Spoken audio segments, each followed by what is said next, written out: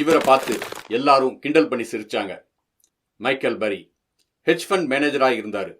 இவர் housing loan பற்றி analyse பண்ணும்போது பேங்க் ப்ராப்பராக பேக்ரவுண்ட் வெரிஃபிகேஷன் இல்லாமல் எல்லாருக்கும், அதாவது திரும்ப பே பண்ண முடியாதவங்களுக்கு கூட லோன் கொடுத்துக்கிட்டு இருக்கிறதையும், மார்ட்கேஜ் பேக்டு செக்யூரிட்டிஸோட விலை நம்பத்தகாத அளவுக்கு உயர்ந்து வர்றதையும் எப்போ வேணும்னாலும் சரியலாம் அப்படின்னு கண்டுபிடிக்கிறாரு.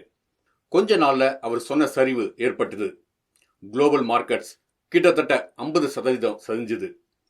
இந்த மிகப்பெரிய சரிவை முன்னாடியே ப்ரெடிக்ட் பண்ண மைக்கேல் பரி தன்னோட இன்வெஸ்டர்ஸ்க்கு கிட்டத்தட்ட $750 மில்லியன் தனக்கு கிட்டத்தட்ட $100 மில்லியன் ப்ராஃபிட் பண்ணாரு. இதுல இருந்து நம்ம கத்துக்க வேண்டிய பாடம் என்னன்னா, மார்க்கெட் எப்பவும் சிக்னல் கொடுத்துக்கிட்டு தான் இருக்கு, நாம தான் அதை கவனிக்கிறது இல்லை. இந்த சரிவை பேஸ் பண்ணி எடுத்த படம் தான் த பிக் ஷாட். நீங்க இந்த படத்தை பார்த்திருக்கீங்களான்னு கமெண்ட்ல சொல்லுங்க.